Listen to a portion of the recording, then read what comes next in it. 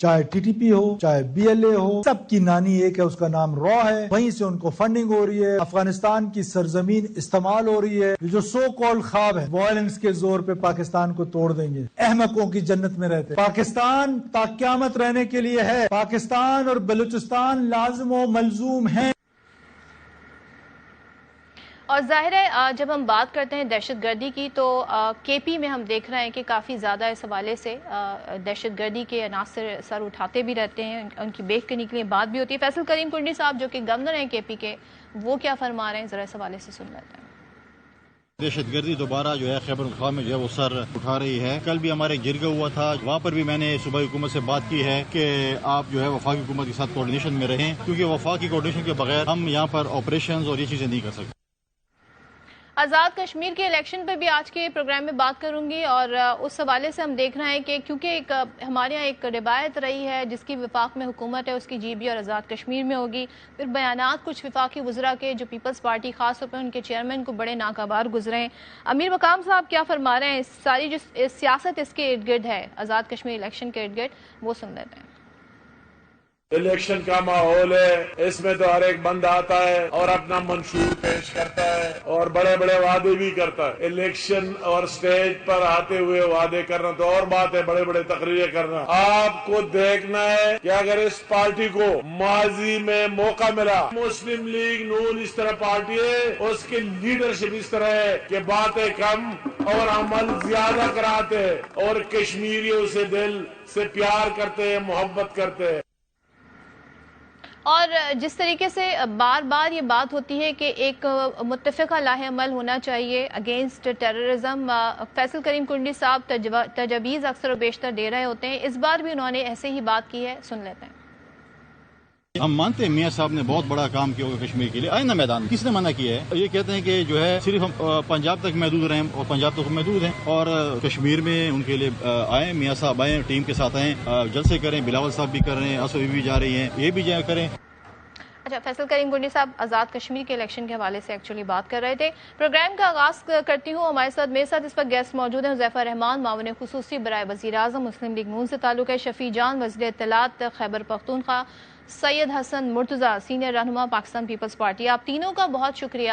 شفیع جان صاحب، ذرا میں آپ سے آغاز کر لیتی ہوں کیونکہ اس وقت نورین صاحبہ کا جو بیان ہے، نورین نیازی صاحبہ کا بڑا متنازع انٹرویو ہے، بیان ان کا سامنے آیا ہے۔ بطور پارٹی آپ کا یہ بیانیہ ہے، آپ ان کے اس بیان سے اتفاق کرتے ہیں، کیا کہنا چاہیں گے ان کے بیان پر؟ سب سے پہلے آپ کا شکریہ۔ دیکھیں، عمران خان صاحب سے بڑا محب وطن لیڈر پاکستان کے اندر کوئی نہیں ہے۔ آپ نے بارہا دیکھا ہوگا کہ جب بھی پاکستان کی بات آتی ہے، عمران خان صاحب اپنی ذاتی ترجیحات کو سائڈ پہ رکھتے ہیں اور پاکستان کے ساتھ کھڑے ہوتے ہیں، اور اس بات کا ہم نے کئی بار عملی ثبوت دیا۔ آپ نے دیکھا ہوگا کہ جب راولپنڈی میں ہم جلسہ کرنے جا رہے تھے اور تب اسلام آباد ٹاکس ہو رہی تھی، تب عمران خان صاحب سے مشورہ ہوا اور عمران خان صاحب نے اس جلسے کو ڈیلے کیا۔ اس طرح بارہا متعدد بار آپ نے دیکھا ہوگا کہ جب بھی پاکستان کی باری آئی ہے، عمران خان صاحب نے اپنی ذاتی ترجیحات کو سائڈ پہ رکھا ہے اور عمران خان صاحب پاکستان کے ساتھ کھڑے ہوئے ہیں۔ تو بات بڑی واضح ہے کہ عمران خان صاحب سے بڑا محب وطن لیڈر کوئی بھی نہیں ہے۔ اس سارے معاملے میں عمران خان صاحب کو کھینچنا میری سمجھ سے تو بلاتر ہے۔ دیکھیں، پاکستان کو کوئی فکس نہیں کر سکتا، انشاءاللہ تا قیامت یہ قائم رہے گا۔ پاکستان کے ایک ایک انچ کی حفاظت ہماری قومی ذمہ داری ہے۔ یہ کسی کا ذاتی خیال ہو سکتا ہے، تحریک انصاف کا اس بارے میں ایسی کوئی خیالات نہیں ہے اور نہ ہی یہ کوئی پارٹی کا بیانیہ ہے۔ یعنی کہ آپ لا تعلقی کا اظہار کر رہے ہیں، مذمت کریں گے نورین نیازی کے اس بیان کی؟ دیکھیں، میں نے تو پورا انٹرویو ان کا نہیں دیکھا، ان کا ایک کلپ ہی دیکھا ہے، لیکن میں نے جیسے کہا کہ تا قیامت انشاءاللہ پاکستان قائم رہے گا۔ دنیا کی کوئی طاقت پاکستان کو فکس نہیں کر سکتا۔ انشاءاللہ پاکستان جو ہے تا قیامت قائم رہے گا۔ بٹ سٹل مذمت کریں گے شفیع جان صاحب آپ اس بیان کی؟ لیکن میں نے کہہ دیا یہ کسی کا ذاتی خیال ہو سکتا ہے، اب اس معاملے کو سمیٹ کے آگے بڑھنا چاہیے۔ ٹھیک ہے، آپ کی طرف آتی ہوں حذیفہ، اس ساری سچویشن پہ ویسے آپ اگر کوئی کامنٹ کرنا چاہیں، کیا کہنا چاہیں گے؟ دوسرے یہ کہ پھر ذرا ہم پوچھیں آپ سے کہ آپ کی حکومت جو ہے وہ بڑے مختلف محاذوں پر ہے، ایک طرف آپ لوگ دعوت بھی دے رہے ہوتے ہیں مذاکرات کی پاکستان تحریک انصاف کو، but would you like to comment on that جو ابھی شفیع جان سے میرا سوال تھا؟ جی بہت شکریہ صدف کہ حکومت کا موقف آپ جان رہی ہیں میرے تھرو۔ پہلی گزارش تو یہ ہے کہ میرے خیال سے مجھے یا کسی کو کمنٹ کرنے کی ضرورت ہی نہیں ہے، آپ کے ویورز نے خود دیکھ لیا ہے، اور یہ تحریک انصاف کی ایک پرانی واردات رہی ہے کہ ان کے ہمیشہ آپ دیکھیں گے گفتگو میں تضادات ہوتے ہیں۔ انہوں نے کہا کہ بانی تحریک انصاف جو ہے ان سے بڑا محب وطن نہیں ہے، تو اگر میں ان کی بات کو درست مان کر ہی آگے بڑھوں، لیکن یہ بدقسمتی ہے کہ پاکستان کی سیاسی تاریخ میں پی ٹی وی پر حملہ ہو، ریڈیو کی عمارت کو جلانا ہو، سپریم کورٹ پر شلواریں لٹکانا ہو، یا 9 مئی کے دن اپنی دفاعی تنصیبات شہداء کی یادگاروں کو جلانا ہو، یا ایون کہ 26 نومبر کو شاہراہ دستور پر آ کر کراس فائرنگ کرنی ہو، یہ ساری چیزیں بانی تحریک انصاف اور ان کی جماعت کے کریڈٹ پر ہیں۔ لیکن ان سے باتوں سے ہٹ کر آپ مجھے اگر میری جماعت کے کسی لیڈر نے بھی اس طرح کی بات کی ہوتی تو میں واشگاف الفاظ میں کہتا کہ میں اس بیان کی مذمت کروں نہ کروں، یہ لیکن ایک قابل مذمت بیان ہے۔ آپ شفیع جان صاحب سے 10 مرتبہ بھی پوچھیں گی، یہ بیچارے دل سے اس کی مذمت کرتے ہیں، اور مجھے ان کی حب الوطنی پہ کوئی شک نہیں ہے، انرجیٹک وزیر ہے، یہ اس کی مذمت نہیں کریں گے کیونکہ ان کی جماعت کے اندر نہیں یہ چلیں لا تعلق ہی کر دیں کہ ہاں تحریک انصاف اس بیان سے لا تعلقی کرتی ہے اور تحریک انصاف کی پالیسی نہیں ہے، لیکن یہ بیچارے اس لیے نہیں کر پائیں گے کیونکہ تحریک انصاف میں آمریت موجود ہے۔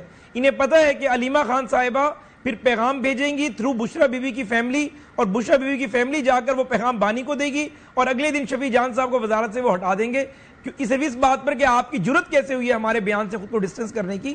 بات یہ کہ اگر کسی جماعت نے ماضی میں کوئی غلطی کی ہو وہ بات قابل مذمت ہے، لیکن آج کے دن اگر آپ کی جماعت یا آپ کے لیڈر کی بہن پاکستان کی سلامتی یا پاکستان کے بارے میں اس طرح کی بات کر رہی ہیں تو آپ کو تو پوری انکریجمنٹ کے ساتھ کہنا چاہیے کہ قابل مذمت بیان ہے، ہم خود اس کو اپنے آپ سے ڈسٹنس کر رہے ہیں، اور بانی تحریک انصاف کی بہنوں کو سیاست کے اندر جب وہ مداخلت ان کی بند کی ہوئی ہے بانی نے خود، تو اس طرح کے بیان دیتے ہوئے احتیاط برتنی چاہیے۔ یعنی مولانا فضل الرحمان صاحب نے بیان دیا تو کسی جی وائی فے کے بندے نے آ کے دفاع نہیں کیا لیکن مذمت بھی نہیں کی، تو مقصد کہنے کا یہ ہے کہ اگر اس طرح کا بیان یعنی اگر یہ نون کے بارے میں ہوتا، کسی فرد کے بارے میں ہوتا، یہ مذمت نہ بھی کرتے، ہم کہتے ہیں کہ اپنا ایک نظریہ ہو سکتا ہے۔ آپ بھائی پاکستان کے بارے میں ایسی بات کرتے ہیں اور پھر آپ کہتے ہیں کہ جی ہم سے بڑا حب الوطنی کا جو ہے وہ علم بردار کوئی نہیں ہے، بانی محب وطن ہے۔ جب 1971 کی کوئی متنازع ویڈیو ہو وہ بھی یہ شیئر کرتے ہیں اپنے اکاؤنٹ سے، سربراہان کی جو مذمت کر دیں، ہونی چاہیے مذمت، یہ سب کو مذمت کرنی چاہیے۔ آگے بڑھنے دیں، حسن صاحب کو انکلوڈ کرنے دیجئے۔ حسن صاحب آپ کیا کامنٹ کرنا چاہیں گے؟ پھر میں آپ سے جاننا چاہوں گی کہ ابھی جو حالیہ گورنمنٹ کے فیصلے ہیں خاص طور پہ روزانہ کی بنیاد پہ پیٹرولیم پرائس کے حوالے سے اس پہ کیا سوچ رہے ہیں، لیکن if you would like to comment on that اس پہ پلیز کامنٹ کر دیجیے گا۔ بہت شکریہ صدف، آپ نے مجھے موقع دیا۔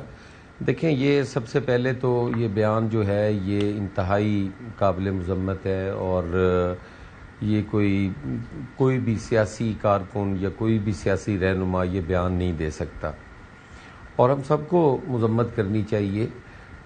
شفیع جان صاحب نے بھی اس سے لا تعلقی کا اظہار کیا، اور انہوں نے ٹھیک ہے وہ نورین صاحبہ کے اس بیان کی مذمت نہیں کر پائے، تو ان کے جذبات جو ہیں وہ اس سے علیحدگی، تحریک انصاف کی علیحدگی کا بھی وہ اس میں آ گیا۔ تو میرا خیال ہے کہ اگر ہم اس طرح تو مذمت پہ آئیں اور معافیاں مانگنے پہ آئیں تو پھر مودی تو کسی کے گھر بھی آیا تھا بغیر ویزے کے آ گیا تھا، پھر اس پہ بھی مذمت کروائیں، پھر اس پہ بھی مذمت کروائیں۔ یہ مذمتوں کا سلسلہ میرا خیال ہے کسی کا بھرم رہ بھی جائے تو کوئی اتنی بڑی بات نہیں ہے، لیکن یہ بیان قابل مذمت ہے، اور انتہائی اس پہ تشویش بھی ہے کہ وہ فوج جو اپنی زندگیوں کا نذرانے پیش کر رہی ہیں، وہ فوج جس نے اس ملک کے پاکستانیوں کا سر فخر سے بلند کر دیا، اس فیلڈ مارشل نے جس ملک کو امریکہ خاطر خواہ میں بھی نہیں لاتا تھا، فیلڈ مارشل صاحب کی وجہ سے، پرائم منسٹر کی وجہ سے، میرے خیال ہے کہ وہ جتنا بھی قابل مذمت شخصیت ہے ٹرمپ، وہ دن میں 10 دفعہ تو ان کا نام لیتا ہے کہ میں ان کا بڑا ممنون ہوں۔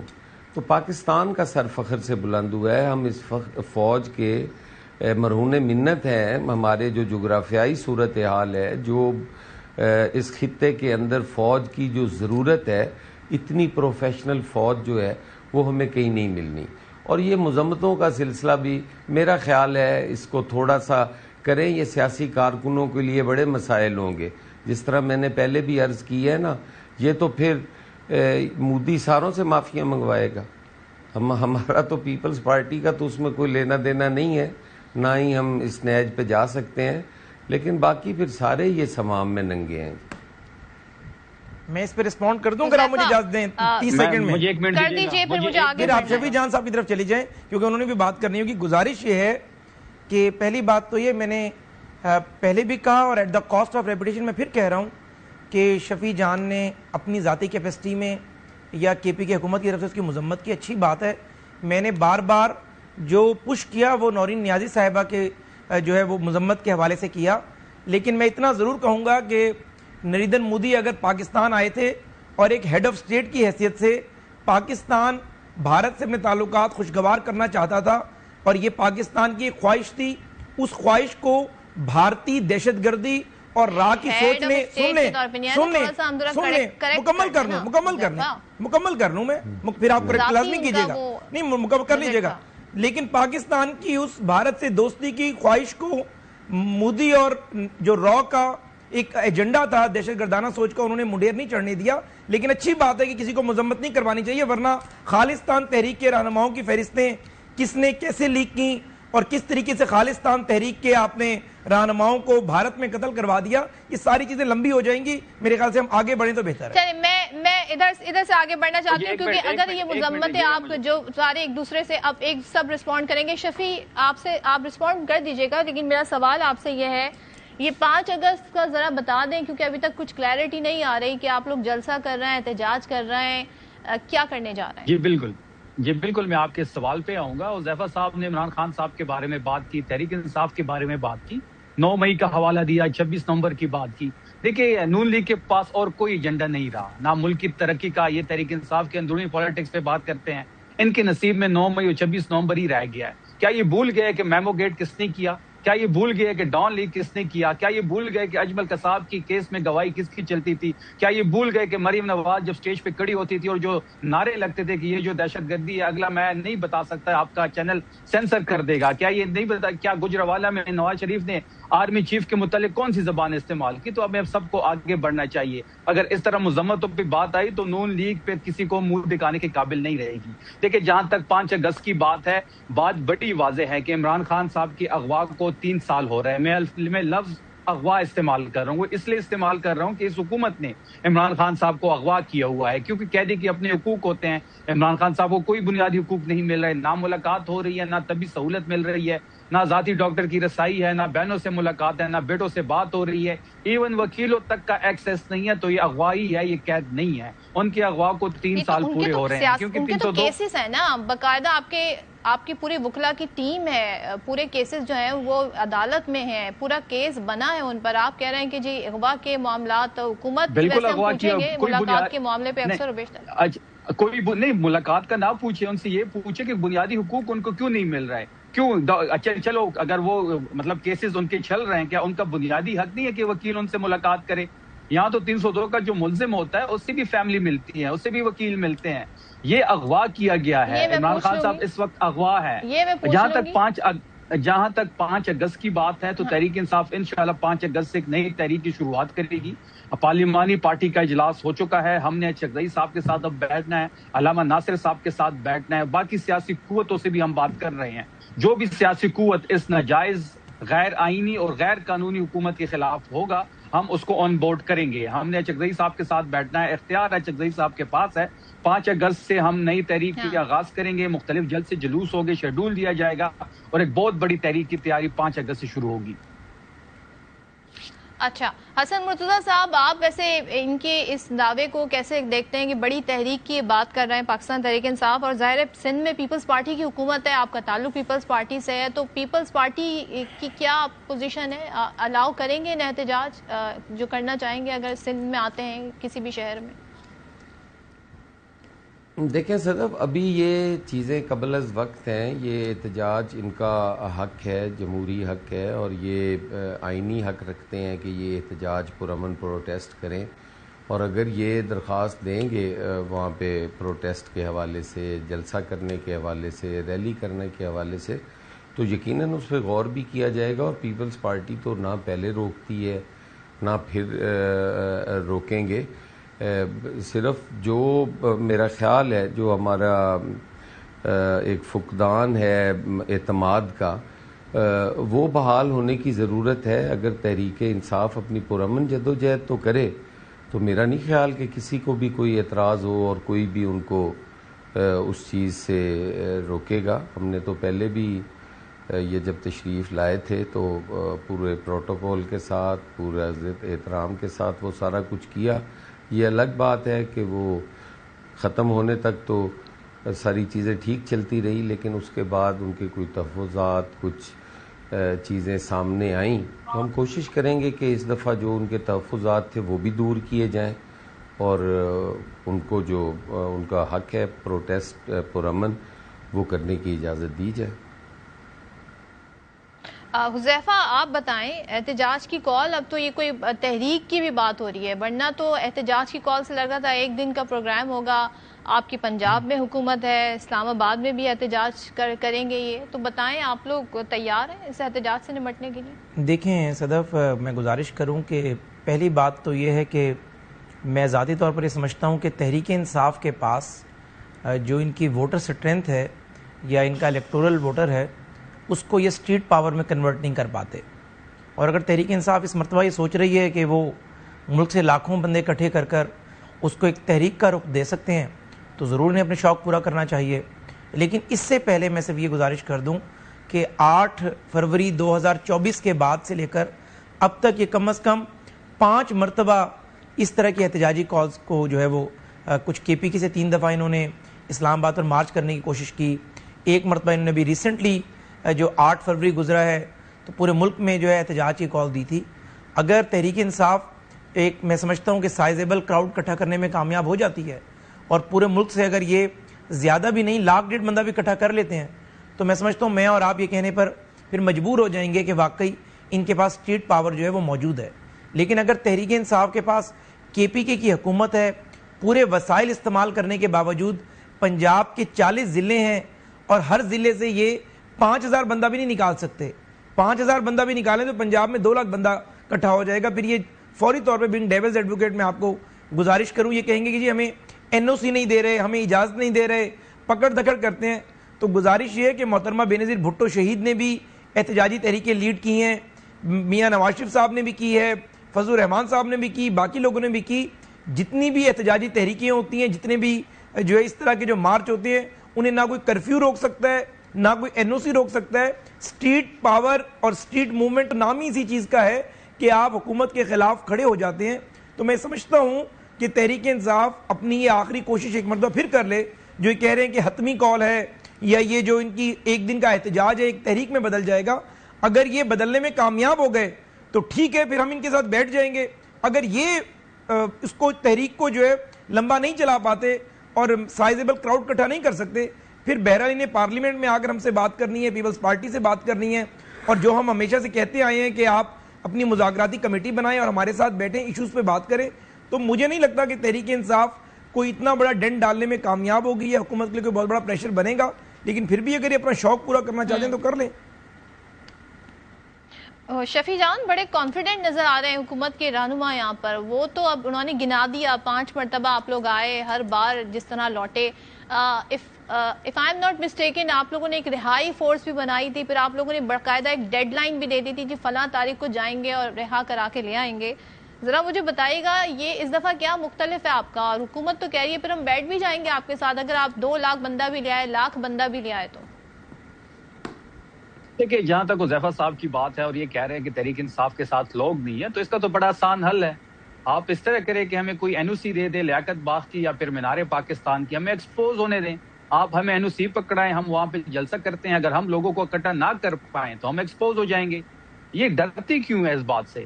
9 مئی سے لے کے آج تک صرف 2 دفعہ ہمیں پنجاب میں این او سی ملی ہے، ایک سنجانی کے مقام پہ اور ایک لاہور کے کسی کونے میں. اور لاہور کا جو جلسہ تھا وہ ٹائم سے پہلے انتظامیہ اسٹیجوں پہ چڑھ کے لوگوں سے مائک کھینچ رہے تھے، ہمارے لائٹ ہی تک نہیں چھوڑیں گئی.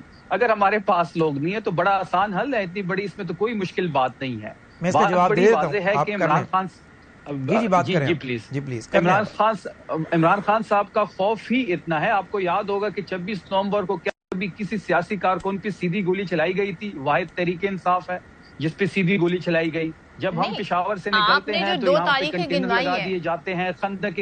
اس کے علاوہ جو آپ کے احتجاج رہے شفیع وہ کہاں گئے؟ وہ تو سمجھ ہی نہیں آئے. ایک دفعہ آپ کے جو سابق وزیر اعلیٰ تھے وہ آدھے راستے سے واپس چلے گئے. اب سن لیں جی, نہیں ہم کبھی آدھے راستے سے واپس نہیں گئے. 4 اکتوبر کو ہم نے پھر آپ لوگ دعوے کرتے ہیں رہائی فورس کے. آپ کا کارکن بھی 26 نومبر کو ان بیانات کو سیریس لیتا ہے کہ نہیں؟ آپ مجھے بات کرنے دیں گے تو بہتر ہوگا. چلے آپ کوشچنز کر لیں, پھر میں سب کا آپ کو ایک ٹائم پہ آنسر کر لیتا ہوں. جی میرا آپ سے ہی سوال ہے شفیع جان. نہیں دیکھیں, 4 اکتوبر کو ڈی چوک ہم نے پہنچنا تھا, ہم پہنچ گئے. 26 نومبر کو جب ہم آ رہے تھے تو ہم کوئی ملیٹنٹس تو نہیں ہے کہ ہم گولیوں کے سامنے کھڑے ہوں گے. جس قسم کی وہاں پہ گولیاں چلائی گئی, سنائپر سے ہمارے لوگوں کو شہید کیا گیا, بات یہ ہونی چاہیے, بات یہ پوچھنا چاہیے کس طرح آپ اپنے شہریوں پہ گولی چلا رہے ہیں. لیکن اس کے باوجود تحریک انصاف واحد نیشنل پارٹی ہے. پورے پاکستان میں تحریک انصاف ہر گاؤں میں, ہر قصبے میں پائی جاتی ہے. جہاں تک رہائی فورس کی بات ہے اور جہاں تک تحریک کی بات ہے, میں آپ سے بس یہ پوچھ رہی ہوں کہ آپ کا کارکن اب آپ کی باتوں کو سیریس لیتا ہے؟ کیونکہ جو جتنی بار یہ احتجاج کی کال ہوئی ہے اور ہم ہر بار یہ دیکھتے ہیں, کارکن کی فکر کسی کو نہیں کرنی چاہیے. تحریک انصاف کا کارکن جو ہے, کارکن کی فکر کسی کو نہیں کرنی چاہیے. کارکن عمران خان صاحب کے ساتھ کمیٹڈ ہے. آپ دیکھیں گے کہ جب تحریک کا اعلان ہوگا, جب بھی اچکزئی صاحب اعلان کریں گے, افریدی صاحب لاکھوں لوگوں کو لیڈ کرتے ہوئے جو بھی لائے عمل دیا جائے گا وہاں پہ پہنچیں گے. جہاں تک رہائی فورس کی آپ نے بات کی, ہماری تیاریاں بالکل کمپلیٹ ہو چکی ہیں. آپ کو بہت بڑا ایونٹ کچھ ہی دنوں میں نظر آئے گا. جی صدر میں رسپونڈ کر دوں اس پر؟ حسن مرتضیٰ صاحب, میں آپ کی طرف آؤں گی, وہ کافی دیر سے ویٹ کر رہے ہیں حسن صاحب. حسن مرتضیٰ صاحب, یہ جو مذاکرات کی باتیں اکثر و بیشتر ہو رہی ہوتی ہیں, آپ کے خیال میں یہ سیریس ایفرٹ ہے جب گورنمنٹ کہتی ہے کہ جی آ جائیں, بیٹھ جائیں ایک ٹیبل پر, اور اگر تحریک انصاف میں ہمیں کچھ, جیسے کہ کل شوکت یوسفزئی صاحب اسی شو میں یہ کہہ رہے تھے کہ ہم تو تیار ہیں, بس ہمیں ایک کال کر دیں, اسپیکر صاحب کسی ایک شخص کو باقاعدہ طور پر آفیشیلی کال کر دیں تو ہم تو بیٹھنے کو تیار ہیں. آپ کو لگتا ہے دونوں طرف سے سیریسنیس ہے ایک ڈائیلاگ کے پروسیس کو آگے بڑھانے میں, یا صرف ریٹورک ہی تک معاملہ ہے؟ دیکھیں, میں تو سمجھتا ہوں کہ دونوں طرف سے یہ سیریس ایفرٹس نہیں ہیں, کیونکہ ایک فورم تو ایسا موجود ہے نا پارلیمان کا کہ جہاں پہ یہ بیٹھ کے تو بات ہو سکتی ہے. اور ہم ٹاک شوز میں اگر یہ دیکھتے رہیں, سنتے رہیں, کہتے رہیں کہ آئیں جی ہمارے ساتھ بیٹھیں, بات کریں, ایشوز ڈسکس کریں. پارلیمان جو موجود ہے تو پارلیمان کے اندر کھڑے ہو کے حکومت جو ہے وہ مذاکرات کی دعوت دے, اپوزیشن جو ہے وہ اس کو ایکسیپٹ کرے تو بات آگے بڑھ سکتی ہے. جہاں تک تعلق صرف اگر ٹاک شوز کے اندر ہے تو میں سمجھتا ہوں کہ وہ پوائنٹ سکورنگ ہے اور اپنا جو موقف ہے اس کو پیش کرنے کے لیے اور اس کی تمہید باندھنے کے لیے ایک جمہوری راستہ قوم کو دکھانے کے لیے یہ صرف محض ایک کہنے کی حد تک ہے. اس میں کوئی صداقت نہیں ہے, کوئی سیریسنس نہیں ہے, کوئی بھی جو ہے وہ مذاکرات میں سیریس نظر نہیں آتا. پارلیمان بہترین فورم ہے, وہاں پہ کھڑے ہو کہ صبح حکومت دعوت دے, میرا خیال ہے اپوزیشن اس پہ بھی آ جائے گی اور چیزیں جو ہیں وزیر اعظم کی سطح سے جب مذاکرات کی دعوت دی جائے تو کیا یہ کافی نہیں؟ وہ بات چیت کے ذریعے حل ہوتی ہیں. حذیفہ, ایک شکایت بڑی یہ ہے اور وہ یہ ہے کہ ایک طرف آپ لوگ بات چیت کی ایک طرح سے پروسیس کو آگے بڑھاتے ہیں, ڈائیلاگ کے پروسیس کو آگے بڑھاتے ہیں, دوسری طرف پھر جب ان کے مطالبات کچھ ہیں, جیسے کہ یہ ملاقاتوں کا حوالہ دے رہے تھے کہ ملاقات کروا دیں, تو آپ لوگ کس اسٹیج پر آ کے اور کن معاملات پہ ان سے مذاکرات کرنا چاہتے ہیں؟ اور ظاہر ماحول تو سازگار بنائیں, اور اگر آفیشیلی انوائٹ کرنا ہے تو آفیشیلی انوائٹ کریں. جی شکریہ صدر. ایک تو یہ ہے کہ میری گفتگو سن کر شفیع جان صاحب نے نون میں نہیں آنا اور ان کی گفتگو سن کر میں نے پی ٹی آئی میں نہیں چلے جانا. ہم نے صرف اپنے آڈینس کو کنونس کرنا ہے.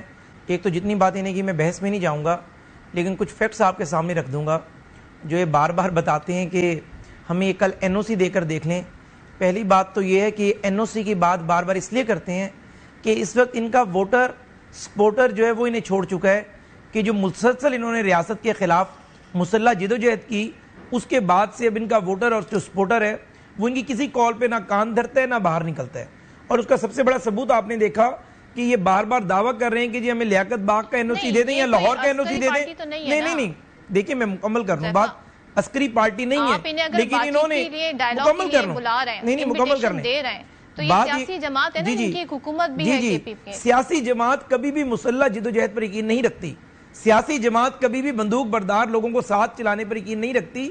جو یہ این او سی کی بار بار بات کر رہے تھے کہ لاہور یا ہمیں پنڈی کے لیے دے دیں, آپ 5 لاکھ بندہ پشاور میں اکٹھا کر کے بتا دیں کہ کے پی کے سے ہمیں جو 5 کروڑ لوگوں پہ ہم حکمرانی کر رہے ہیں ہماری یہ مقبولیت ہے.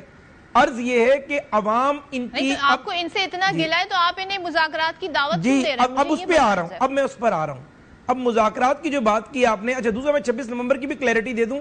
یہ غلط بیانی کرتے ہیں کہ 26 نومبر کو ڈی چوک پر گولیاں چلیں. ان سے صرف یہ پوچھ لیں کہ جب 26 نومبر چنگی پر آپ کا وزیر اعلیٰ آپ کی تمام لیڈرشپ مجھے مکمل کرنے دیں, آپ کی تمام لیڈرشپ جو ہے وہ 26 نومبر چنگی کے اوپر مجھے مکمل کر لوں نا مکمل کر لوں نہیں میں مکمل کر لوں. اس سے آخری ایک لائن میں کہ 26 نومبر چنگی کے اوپر اگر پورے ایک صوبے کی پولیس نے آپ کو روکا ہوا تھا تو آپ انہیں کچل کر ڈی چوک تک کیسے پہنچ گئے؟ اس کا مطلب یہ کہ آپ کے ساتھ مسلح لوگوں کا جتھا موجود تھا. اور دوسری بات یہ کہ مذاکرات کیوں نہیں ہو سکتے؟ مذاکرات اس لیے نہیں ہوتے, آپ انہیں آفر کر رہے ہیں مذاکرات. نہیں میں سن لینا, ہم مذاکرات تحریک انصاف کی مسلح جدوجہد کرنے والوں کو نہیں کر رہے. پارلیمنٹ میں بیٹھے ہوئے پارلیمنٹیرینز کو ہم کہتے ہیں کہ آئیں ہمارے ساتھ آپ بات کریں. ٹیری بینچز کی طرف سے آواز جاتی ہے, وزیر اعظم انہیں بار بار کہتے ہیں. ہم نے بیرسٹر گوہر صاحب کو آفر کی ہے, وزیر اعظم صاحب نے فلور آف دا ہاؤس کی ہے, لیکن بیرسٹر گوہر بیچارہ مجبور ہے, اس کو روک دیا جاتا ہے علیمہ خان کی طرف سے کہ آپ نے مذاکرات نہیں کرنے. وہ کہا جاتا ہے کہ اچکزئی صاحب کریں گے. اچھا کا تعلق ہی نہیں ہے تحریک انصاف کے ساتھ. جان بوجھ کر اچکزئی کو آگے کر دیا گیا ہے تاکہ مطالبہ وہ ملاقات کر رکھتے ہیں. دیکھیں ملاقات کی جو بات ہے, متعدد آپ کے وزراء یہ کہہ چکے ہیں کہ جی ہم کروا سکتے ہیں. میں بتا رہا ہوں آپ کو بات, نہیں یہ میں آپ کو بتا دوں, ملاقات جو ہے فیملی کی ملاقات کے حوالے سے حکومت کے اندر ایک مثبت سوچ آئی تھی. خود انہوں نے بیانات دیے کہ ایک بہن کی ملاقات کی میں آفر کی جا رہی ہے, پتہ نہیں کس نے آفر کی تھی, لیکن وہی علیمہ خان کی سوچ جس کے بارے میں کہا جاتا ہے کہ وہ بانی تحریک انصاف کی ریپلیکا ہے, وہ ان کا جو ہے فیمیل ورژن ہے, وہ جان بوجھ کر اپنے بیانیے کو تقویت دینے کے لیے چونکہ سیاسی جو لوگ ہیں سیاسی لوگوں کی ملاقات ہو نہیں سکتی, سیاسی لوگوں کی ملاقات ہو نہیں سکتی, وزیر اعلیٰ کی کرا دیں, نہیں ہو ہی نہیں سکتی. بانی تحریک انصاف خود ایک پٹیشن لے کر گئے تھے سپریم کورٹ میں, جس کے پیرا نمبر 51 میں ثاقب نثار نے ان کی پٹیشن میں لکھا تھا کہ سزا یافتہ شخص ڈائریکٹلی اور انڈائریکٹلی پولیٹکس نہیں کر سکتا. آپ نے خود ایک فیصلہ کرایا اور آج آپ کہتے ہیں کہ میں جیل سے بیٹھ کے وزیر اعلیٰ تبدیل کروں گا, جیل سے بیٹھ کے میں کیبنٹ چینج کروں گا, جیل سے بیٹھ کے میں اسلام آباد میں چڑھائی کروں گا, جیل سے بیٹھ کے مذاکرات ڈکٹیٹ کروں گا. شفیع کچھ کہنا چاہ رہے ہیں, شفیع جان کچھ کہنا چاہ رہے ہیں. دیکھیں جہاں تک مذاکرات کی بات ہے تو مذاکرات ان کے اختیار میں نہیں ہے. بندہ وہ بات کرے جو اس اختیار اس کے ساتھ ہو. آپ نے دیکھا ہوگا کہ ان کا پرائم منسٹر اگر ہم سے کوئی خوف نہیں ہے تو بار بار ہمیں کیوں مذاکرات کی آفر کرتے ہیں؟ ہم سے نہ کریں یہ بات چیت. آپ ڈر رہے ہیں, آپ کو خوف ہے عمران خان کا, اس لیے آپ بار بار تحریک انصاف کو مذاکرات اور میز پہ بیٹھنے کی بات کرتے ہیں. ہم تو 3 دفعہ چیزوں کو لے کے آگے بڑھے لیکن ہمیشہ ڈیڈ لاک کا شکار ہوئے. ڈیڈ لاک کا شکار اس لیے ہوئے کہ موجودہ حکومت جو 17 سیٹوں کی حکومت ہے ان کے اختیار میں ہی کچھ نہیں ہے. ہم نے جب بھی عمران خان صاحب کی بات ان سے کی ہے, ہم نے کبھی رہائی کی بات نہیں کی صدف. ہم نے رسائی کی بات کی ہے, ملاقات کی بات کی ہے, ہم نے ڈاکٹر کی رسائی کی بات کی ہے. ان کو ہم نے بے اختیار پایا ہے. یہ کہتا ہے کہ ہم ان سے پوچھ کے بتائیں گے, یہ کہتے ہیں ہم ان سے ڈسکس کر کے بتائیں گے, کوئی ریپلائی بیک نہیں آتا. تو بات اچھا شفیع جان ایک چیز ذرا کلیئر کر دیں, جب آپ بات کر ہی رہے ہیں, کل شوکت یوسفزئی صاحب بالکل ایسا لگ رہا تھا ابھی کال آئے وہ بیٹھنے کو تیار ہیں. کیا آپ کی پارٹی کے اندر بھی اس ایشو کو لے کے کوئی ڈویژن ہے؟ ایک ایسے تاثر بنتا ہے کہ پارٹی ہی نہیں چاہتی مذاکرات کی ٹیبل پر بیٹھا جائے. ایک جو ہے نہیں مذاکرات تو صدف یہ تو عام نہیں صدف یہ تو عام ذہن کی بات ہے کہ جب بھی کنفلکٹ ہوتا ہے 2 فریقین کے درمیان آپ بات اس سے کرتے ہیں کہ جس کے پاس اختیار ہوتا ہے. تو ان کے پاس تو کوئی اختیار نہیں ہے. جب صوبے کا ایک وزیر میں بتا دیتا ہوں, ایک منٹ سر ایک منتخب وزیر اعلیٰ ایک پرائم منسٹر کو کال کرتا ہے اور وہ کہتا ہے کہ جی میری ملاقات اپنے لیڈر سے کروائیں, تو وہ کہتا ہے میں پوچھ کے بتاتا ہوں. تو اس سے زیادہ بے اختیاری کیا ہوگی؟ لیڈر آف اپوزیشن کے ساتھ پرائم منسٹر مل نہیں سکتا. آپ اس سے بے اختیاری کا اندازہ لگا لیں. پھر قومی اسمبلی کا اسپیکر جو ہے وہ بارہا کہتا ہے کہ میرا دفتر استعمال کرے بات چیت کے لیے. وہی اسپیکر جو 5 مہینے تک لیڈر آف اپوزیشن کا نوٹیفیکیشن نہیں کر سک رہا تھا, لیکن جب کمیٹی بنتی ہے تو آپ لوگ آتے نہیں ہیں اس میں. نہیں دیکھیں بات ٹھیک ہے، سنیں، میں حسن پہلی تو یہ مرتضیٰ صاحب، ہاں جی حسن مرتضیٰ صاحب، ویسے یہ ایشو تو ظاہر ہے اتنا، اس پہ اگر مزید سوال میں آگے پوچھوں تو یہ ڈیبیٹ آن اینڈ آن چلتی رہے گی. مجھے آزاد کشمیر کے حوالے سے بتا دیں، کیونکہ آپ سینئر رہنما ہیں، جس طرح کے بیانات کے ریفرنس دیے پیپلز پارٹی کے چیئرمین بلاول بھٹو نے، وفاقی وزراء سے بڑے نالا ہیں وہ. آپ کو لگتا ہے کہ یہ جو تجویز وہ دے رہے ہیں ٹروتھ اینڈ ریکنسیلیشن والی، یہ قابل قبول ہے حکومت کو؟ دیکھیں اس پہ تو میرا خیال ہے حکومت کے، میں کافی سارے ٹاک شوز میں یہ بات ہوئی تو اس میں حکومتی ریپریزنٹیٹیوز نے یہ اس چیز کو تسلیم کیا کہ اس میں کوئی حرج نہیں ہے کہ یہ بننا چاہیے.